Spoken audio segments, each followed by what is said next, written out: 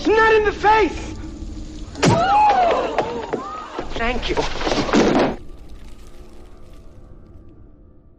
Hello and welcome to Hey Not the Face with your host John Nash and your producer me, Steffi Haynes. And today we are going to talk about the UFC. We're going to take a look at UFC 329. We're going to take a look at the whole Conor McGregor situation that unfolded with his fight. We're going to talk about Paddy Pimblett and Jason Mayhem Miller and Cody Garbrandt and even Paulo Costa.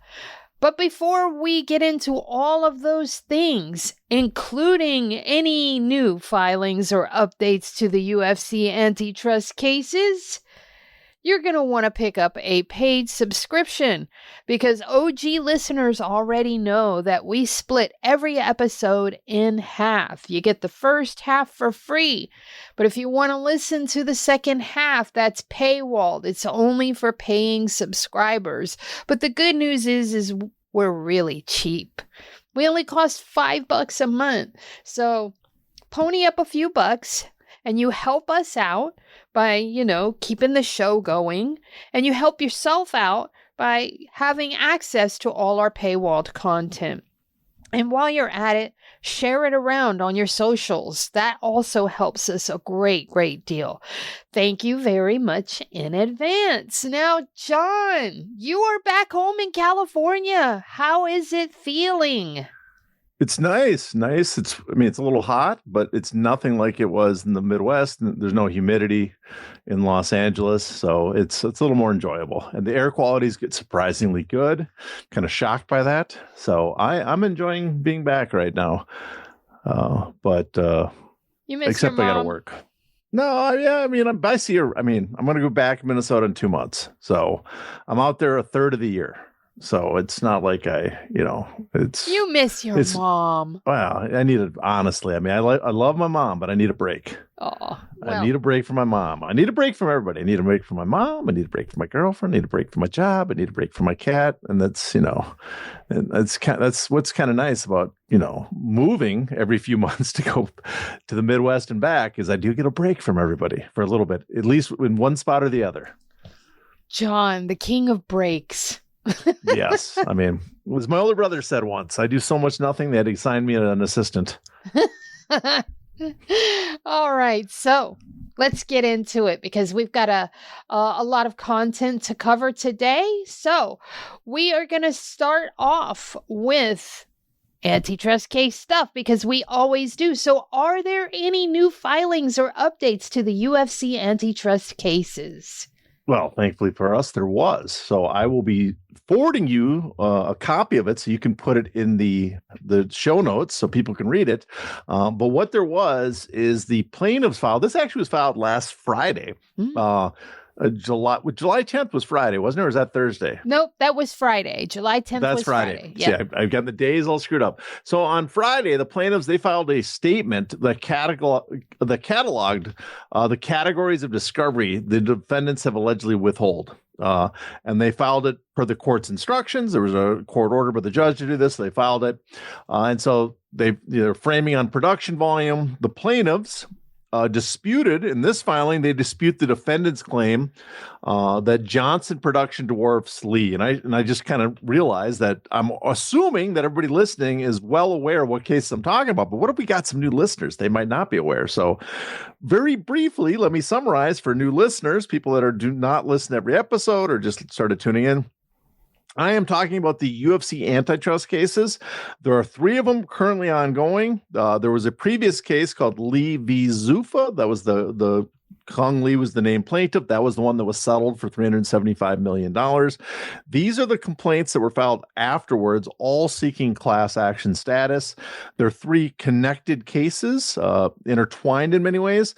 The most important, or I guess the primary one, is Johnson v. Zuffa. That just picks up where Lee ended in 2017. So covering basically the same complaint, saying the UFC is still engaging in the same anti-competitive practices, seeking to represent the fighters as a class action. And then there's two additional classes, potential class actions. One's called Serkinov, named after former UFC fighter Misha Serkinov, which is seeking to overturn the arbitration agreements and class action waivers that fighters were, I shouldn't say forced to sign because we don't know if that's true, but that all fighters in the UFC starting around 2021 have to sign to fight in the UFC. That prevents them from being part of a class action. And then the other one is the Davis v. Zuffa, which is looking to overturn the UFC's contract. So that's a brief summary of the cases. So in this one, it's part of this Johnson v. Zuffa case. And the plaintiffs are the fighters.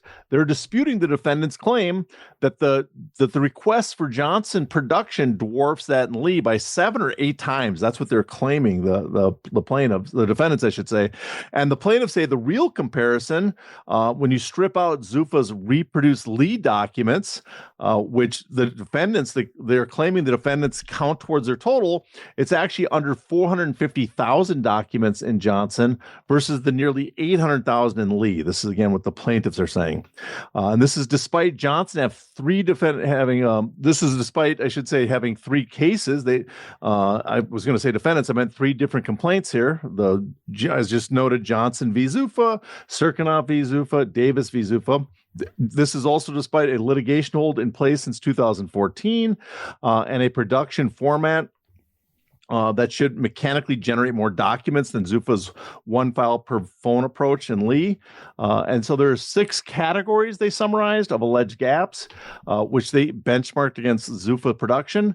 The promotional agreements, the bout contract negotiations. There were 3,600 promotional agreements tracked that the plaintiffs found bottom line terms for. They found 57% for. So the actual negotiations correspond for, gets very nerdy. I wish they would break this down to less nerdy.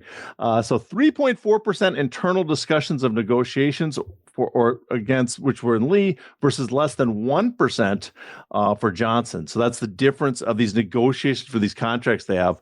On bout agreements, 7,300 were located against the expected 10,000 plus. And so there's only evidence of negotiations for those of only less than 17% of the contracts.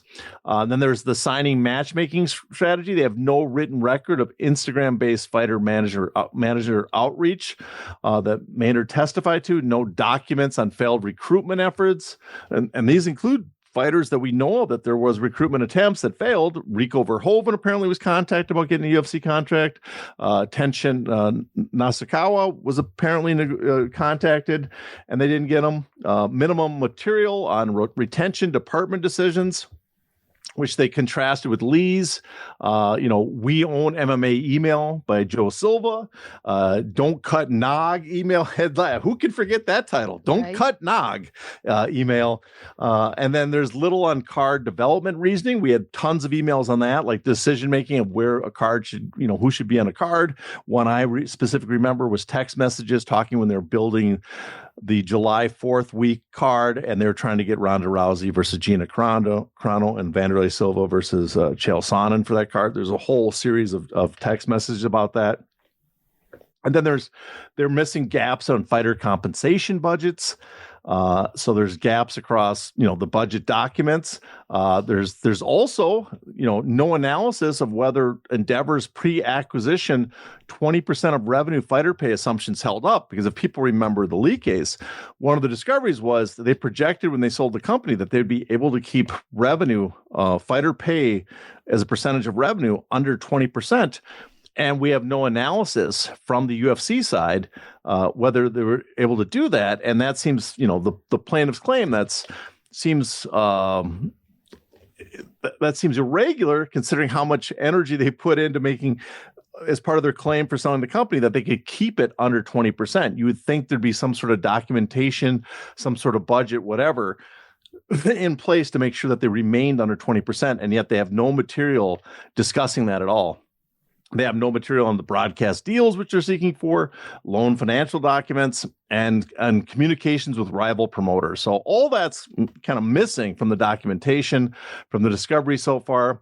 And so the plaintiff's overall theory is that the disingenuous search term methodology that the court already sanctioned in November hasn't been fixed. And each category shows a pattern where, according again to the plaintiffs, third-party or lead-produced documents prove records existed, but defendants' own custodial production don't contain them. So in other words, that this is material that should be showing up in the discovery process being handed over, and yet the defendants are not handing it over because whatever method they're using to search for it is not finding the material that should exist. And so that is the filing that we have. The one filing of note, I should say, in the UFC antitrust cases. Wow, that's a lot. Yeah, that's a whole mouthful there. The other interesting thing, which people might find this interesting, we will post the whole document so people can see it. But the one thing I should note, it is an extremely long document. The only problem with the extremely long document is massive amounts of it are redacted. Just massive amounts are redacted. And when I say redacted, I am saying that I think it's 300 pages, I think it was at total length, the whole document, if I remember right. I could be wrong, but it is ridiculously long, the whole thing. But the part that, that's the only part that's not, probably 38 pages are not redacted. So you'll get page after page saying, document redacted. So I'm sure people will be looking for that when we post it. Well, at least they are forewarned, and forewarned is forearmed. All right. Yes. But I made the mistake, though, of trying to read the whole thing and then just going page after page after page. And there's a few redacted, probably blacked out, but it's just you get to there's summaries of everything that's supposed to be there. That's good. We get an idea of what some of it is, true substance. And then there's a ton of this. Is the other thing. There's a ton of text message, or I should say, promotional agreements, contracts, a list of what fighters they have a promotional agreements for, which ones they don't, which ones they have negotiations for, which one they don't. And that's right there is dozens of pages. Wow. But we don't have any of the contracts. We don't have the actual the negotiations or internal discussions. They just have a list which ones they actually have material on, which ones they don't. And you will see a lot of red signifying they do not have that material for that fighter yet. Goodness. Well, we will keep people updated on that. Now, keeping in track with antitrust stuff, our good friend Rob Joyner sent us an interview with Miles Jury where Miles broke down his antitrust settlement payout. Was there anything noteworthy in that interview? Well, I thought there was a couple of things. I mean, it was good to hear from a fighter that was actually who was a member of the class. And again, for people that aren't aware, the league class members, people that were considered class members of the class action that was Lee v. Zuffa, the fighters that actually filed it, the only 6 fighters were the named fighters in the case. And those 6 fighters were Kong Lee. Originally Nate Quarry was removed, but we should include Nate Quarry because he participated in the entire thing up until the end. He was part of what's called the identity class, and that was stricken by the judge at the very end. But Nate Quarry, John Fitch, Kyle Kingsbury, Javier Vasquez, and Brandon Vera, those were the fighters that actually filed the lawsuit. They're the named plaintiffs. But when it was granted class as a class action, was granted class action status, every fighter that fought between December 16, 2010 until June 30th, 2017 in the UFC became a member of that class action. And so it ended up being I think 1,088 fighters total who had fought during that period, had at least one fight during that period, were part of the class action. Only a handful of fighters opted out or did not decide to take part.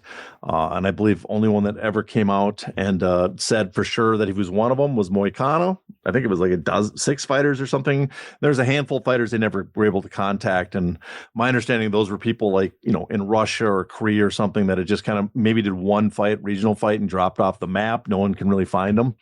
But the vast majority of fighters that took part in that period signed on at the end, collected their paychecks, and he was one of them. And so he kind of gave a summary of that.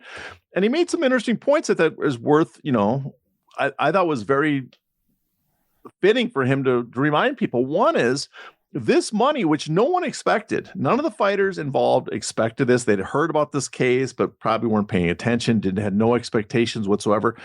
But it showed up and it helped a lot of fighters. I think he said himself, he wasn't like he needed it, but he knew a lot of fighters that this was very important to them after their fighting career was done, that they're not working much. They might have medical problems, health problems, struggling with physical injury, struggling with CTE. He mentioned that himself specifically. This was money that was much needed for a large number of fighters that have really no income post-fight career coming in. They have regular jobs or whatever, but there's no pensions in MMA. A lot of them didn't make a ton of money. And so this was money that was very, again, I'm repeating myself, but much needed, beneficial to these fighters. In many ways, this is the pension fund that California tries to do, a one-time payment years later. It kind of served that purpose. So he brought that up, and I thought that was fitting. The other thing I thought was worthwhile is he kind of he walked you through what he got exactly. He didn't hide it. Some people seem to want to hide what they made. He was clear about, for him, he thought it was a very nice return. Now, as we talked on the show, and I'm sure a lot of fans, they were disappointed in the final settlement, but for him, it was a nice payday that he got. And he walked us through it because he had 9 fights during the class period. And you get about a little over $14,000 per fight. That was the part of the settlement. That's how the calculation worked. And then on top of that $14,000 per fight, you add around 31% of your total earnings, your show and win, your discretionary bonuses, your of the night bonuses, pay-per-view, side letters, whatever.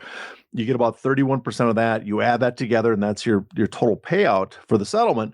Well, he got, and this is after the attorney fees and expenses, he got $229,000 as a settlement. And, when you compare that to what he made during his 9-fight career, well, I shouldn't say his total 9-fight career, his 9 fights during the class period, he made $329,000 total during that period.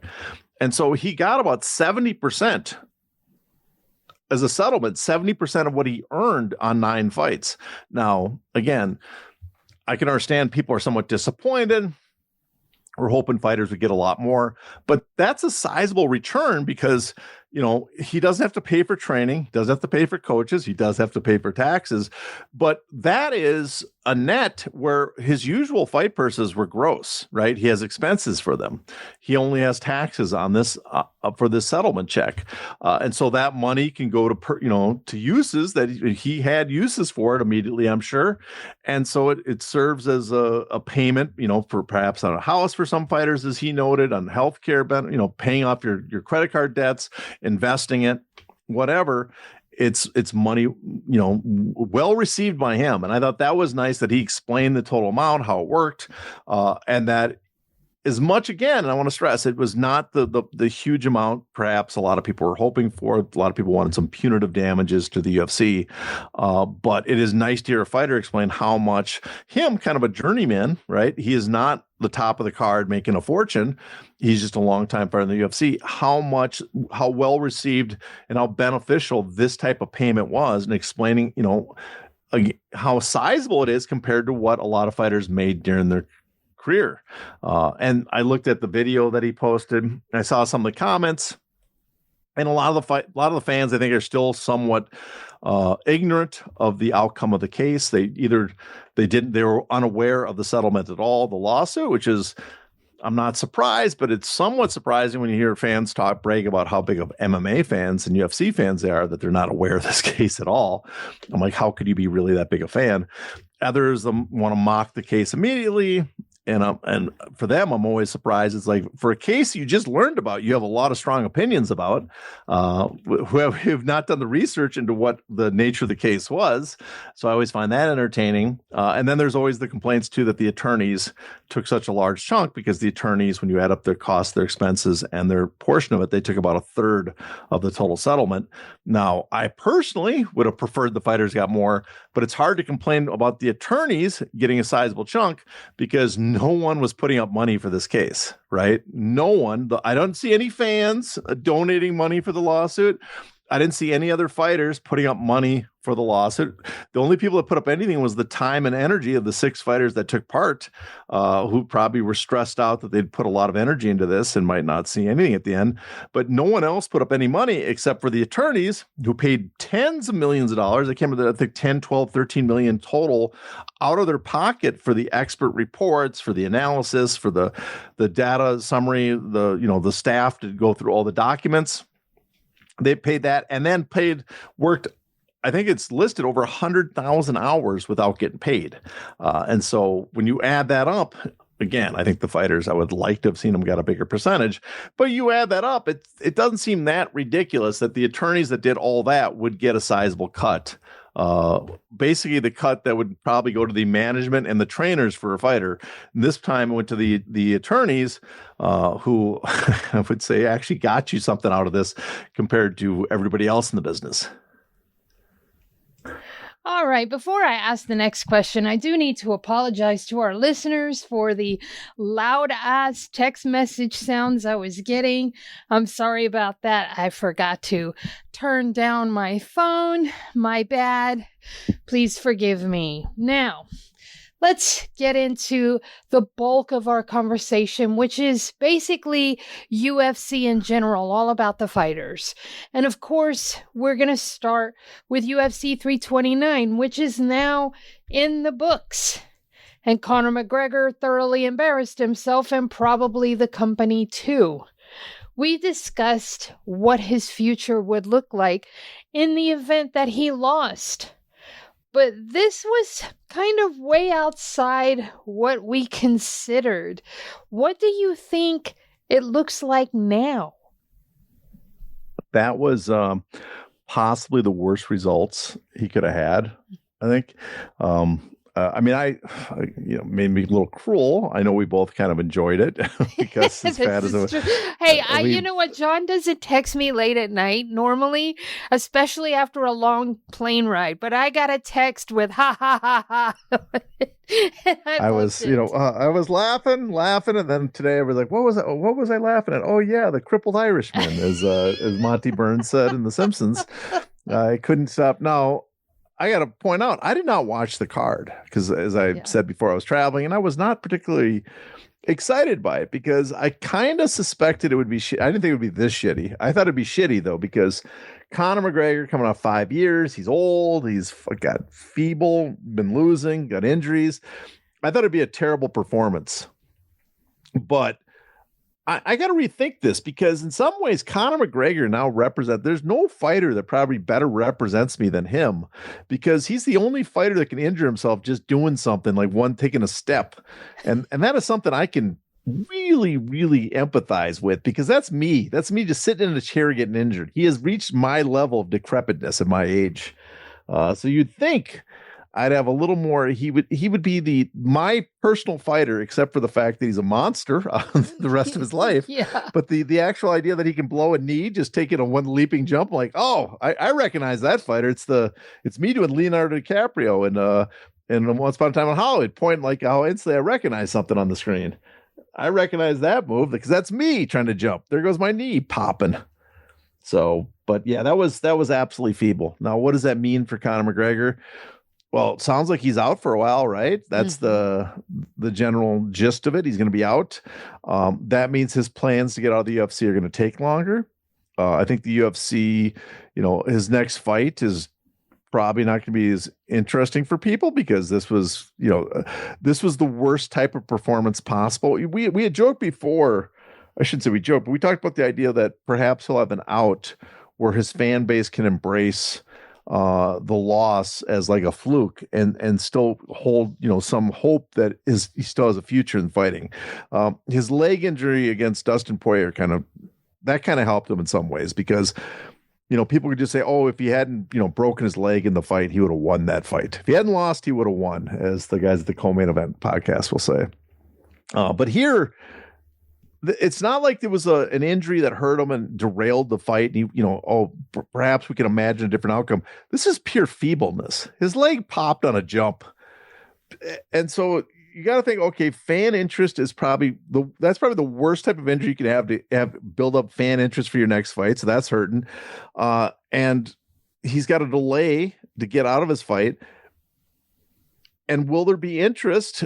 Or will there be fights waiting for him with such a delay outside the UFC? Because what they want to do is get out to fight on Netflix. And so he might have realistically, now I still think he will make some money when he ever eventually gets out of the UFC. And there's some rumors floating around that maybe he needs money and that's why he's so desperate to get these fights done now. But I think he'll get some money, but it seems very, very likely that he has cost himself a vast fortune by the results of this fight.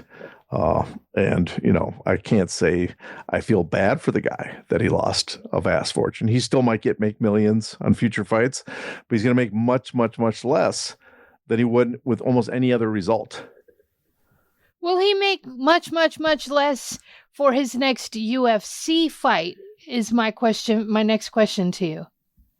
I don't think so. It's his final bout, and they have until April to offer that to him, which gives him plenty of time to get a surgery and recoup his knee, which should take anywhere from 6 to 9 months. So if they have until April, that puts him right around the 9.5 month mark. Well, I'd heard some guys were quoting doctors saying it might take him over a year or more to recover based on that injury. And I don't know what's true. At this point, I don't know what the surgery is. Sure. I don't know what if he gets his fight in by April, but it's possible he's not ready. And then the tolling provisions kick in. The UFC can delay. Have them? Well, I think I don't know for sure. We don't know for sure because if there's a strict, hard deadline for the fight, then yes, if it's basically a sunset provision, then an injury would still let him leave the UFC. But I would have to guess, based on the contractual language they've used for most fighters, that there's some sort of tolling provision that can extend it. I'm also just going to have to guess and be of the opinion that Conor McGregor, when he signed his fight coming back from fighting Floyd Mayweather, he did not get a sunset clause in his original contract. That's just a guess on my part, but we've talked before, is it possible that there was some sort of bubble payment or balloon payment, I should say, at the end of his contract or some sort of bonus that made him want to finish out his UFC contract? We theorized that because the idea was when they introduced those sunset clauses that they would put it in every fighter's contract. And I believe every fighter I've ever talked to in management during that period got the sunset clause put in their contracts. So my assumption always was that Conor McGregor too would get it because the point at the time was, as the UFC's antitrust case was continuing, they were trying to put a division between the new case, Johnson, and the old case, because there was no guarantee yet that they would be split into two different cases, and also trying to make it look like, oh, look, we are no longer at perpetual contracts. We are not holding the top stars in the UFC, so we do not have market power like we did before. And that you would assume if that was the intent, that they would make sure every fighter had a sunset clause in their new contract when they introduced that, which was around 2017. But I'm starting to think maybe that they made one exception, and that one exception might have been Conor McGregor. That Conor McGregor might be the one fighter that they did not give a sunset clause at that time. And if that's the case, even with this new negotiated deal that says he gets out by April, he has to get his last fight offer. Well, if that was the case and there was a hard deadline, then McGregor, I don't know why he was so intent on fighting out his last two fights. He could just sit out and miss that last deadline, right? And get cut, or not get cut, but have the contract come to an end. And the way he's talked about it, the way Kavanaugh or Audiatar in interviews have talked about it, it sounds like he has to finish these last 2 fights, now 1 fight, to still end the contract. So I'm guessing, my new theory is that there was no sunset clause. He's the only fighter that did not get one at that time. And that and that he still has to fight out that last fight, and that they will be able to toll it if he's injured, which could delay it, which could cause more problems for him. There's also the idea that because he needs money, maybe he fought these last 2 fights because he needs all of the money he can get his hands on. Well, that is a rumor. I heard. Was it Luke Thomas was talking about it with Dave with Mendenhall, Chuck Mendenhall, the man in the hat, and I've heard it from other people. Now, I don't have a direct source. It's hearsay what I'm hearing, but I heard that from other people. And it wouldn't be shocking if it's true. It doesn't mean it is true, because I don't know if sometimes when I hear stuff from people, I'm like, oh, I 100% believe that, because they are piped. They are, they have a direct pipeline. They are really informed. And other times, like, they're hearing the gossip that's floating around.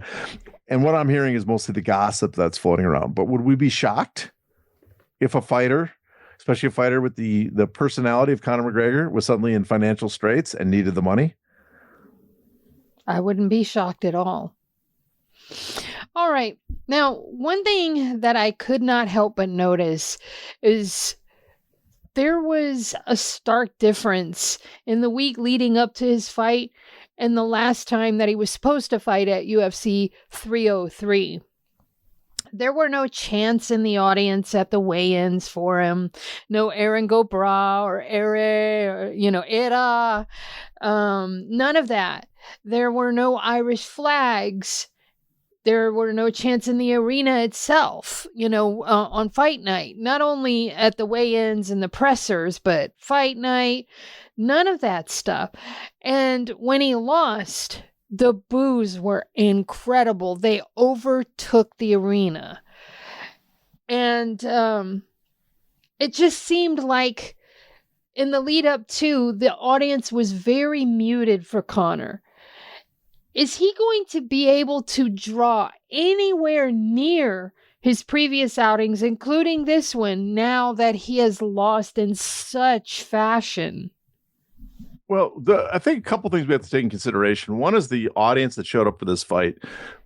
The ticket prices now are just incredibly high for McGregor fights, right? The last couple ones they've always been expensive compared to other MMA fighter, UFC fighters, but now we're at a whole new level of what they're charging for this event and the one he was going to have against Chandler, just well beyond what his previous ticket prices are. And this, when you look at it, then the audience you're going to draw is not as much the hardcore fans, his personal fans, no matter what. And we'll get to his fans now. That's the other question. But you start getting much more the celebrity crowd, right? When Mayweather fought Pacquiao, remember that it was the fight to be at. And so a lot of people showing up there were not the typical fight fan. They were people that wanted to be seen. So you were not, I think that's one reason why it was a little muted and why there were so many boos, is these are people who are not committed to Conor McGregor. These are not his diehard fan base. But his diehard fan base is probably is melted, at least in the Irish fan base. They used to travel to see him. That's gone. Yep. That is really gone. I mean, there was stories. I saw several stories talking about how there's no interest. Bars were not showing the fight. People were complaining to anybody that, there was a criticism of the ambassador to the U.S. To Ireland from the U.S. that he appeared at Conor McGregor's bar, that he took a photo shoot there. That the Irish public. Now he has some fans still in Ireland, and there's jerks everywhere. That's the truth of it.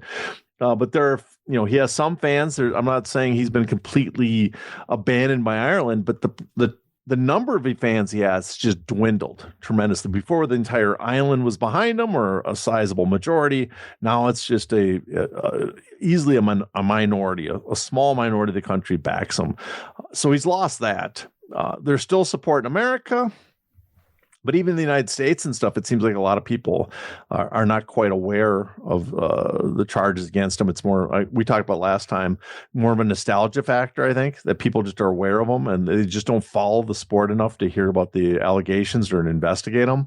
And then there's just, then there's some people that just don't they're kind of assholes. Don't give a shit about that stuff, or cheer for them or are a fan of them because of that stuff. Because they just, again, they're assholes. And what are you going to do? But that's a small market. I think that part's a small audience. I think the vast majority of people that were tuning in is because they had experienced the Conor McGregor experience a few years ago, and it was a nostalgia factor. And so now you look at this fan base that's now tuned into these big events. What have they gotten out of them the last, few years? Maybe they started watching with the Diaz fights. They got 2 exciting fights against Nate Diaz. One he lost. Watched him beat Eddie Alvarez. And then since then, he's lost to Mayweather in a big fight, but he lost badly. He, at least if you know boxing, he lost badly. Some people gave him credit for rounds that he should have never got credit for. He beat an ancient, feeble Cowboy Cerrone, lost badly, and won an embarrassing fashion to Dustin Poirier, and now this fight. So your experiences are not, it's understandable why a lot of people got excited about him on his rise up, because he had a lot of exciting performances and a lot of exciting finishes. Just that streak of Chad Mendes and Jose Aldo and Diaz, the 2 fights against Diaz and Eddie Alvarez. I forgot the Khabib fight. He lost too badly. That's a string of just exciting finishes. You're going to be intrigued to watch his next fight. But if you tune in after that, right? If you started watching him after that, then all you've seen him do is basically lose badly in an embarrassing fashion often. And so I just don't know, he's still got a big name, but that intrigue, that level of interest, even the fond memories, to me, this is like when the Star Wars prequels came out. I don't give a shit how much I like the first 3. I don't need to watch this shit anymore. And I kind of feel like I'm that way with Conor McGregor, and that is, and I didn't even bring up the obvious, which we talked at length in the last show, the sexual assault allegations, which are not even allegations, this being found civilly liable, and I think having strong evidence to back it up. Forgetting the moral part of his, the nature of following Conor McGregor, just the fact that your entertainment value from his fights seems to have gone down tremendously. I'm not sure who's there to tune in to the next card. Yeah, for sure. Now the gate was set to make $52 million on paper, and it only did half of that. And I get to sort of toot my own horn a little bit here. You don't. No, you don't. Yes, no, I you do. don't. Yes, no, I do. You don't. Because I erred on the side of caution and said it was going to be closer to half. And you said, no, you believed. And you reiterated this 3 separate times because I went back and listened.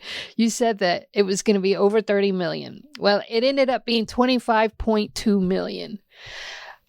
Aside from me, running laps around you in this one instance, because I don't get to do that very often. What do you make of that? Does it roll back to what you said previously in that who gets to attend the events now? Well, I think that's part of it. Now, I'll say this: we should give Fred Garvin credit, because he called us tremendously, because he's the one that mapped out the price at about 52 million when you add up the ticket value, the price tag for each ticket for each section.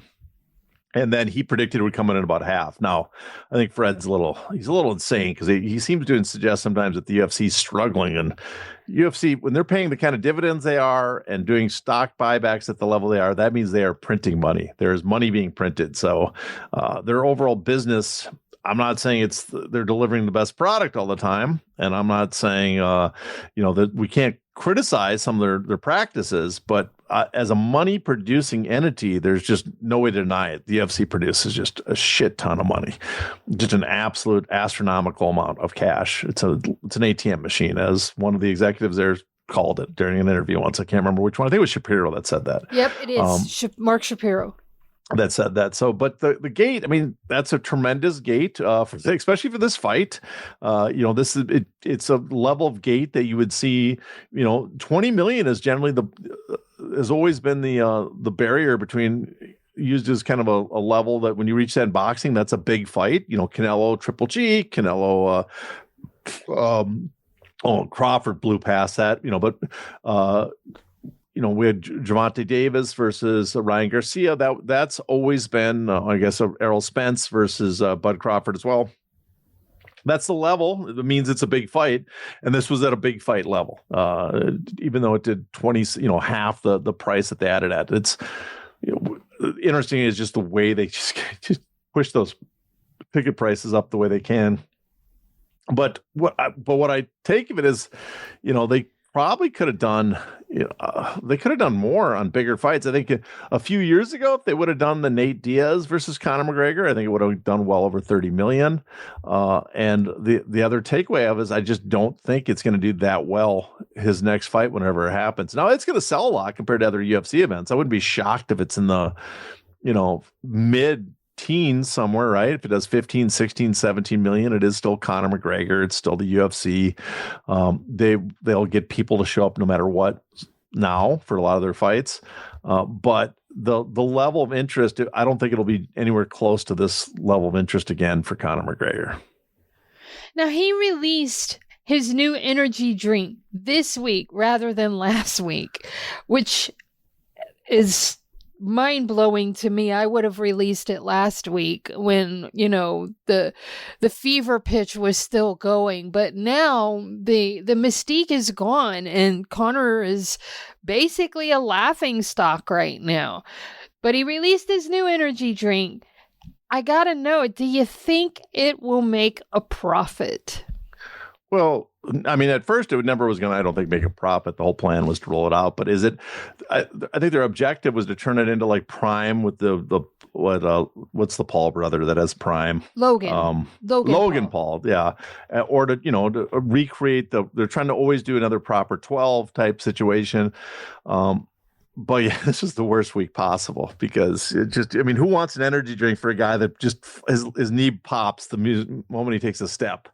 That does not seem like the type of the image you want for an energy drink, right? To access the bonus content of this episode, you must be a paid subscriber. To do that, go to heynottheface.substack.com and subscribe today.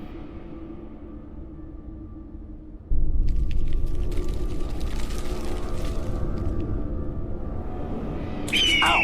Ow! Not the face! Ooh! Ooh! Okay, the face!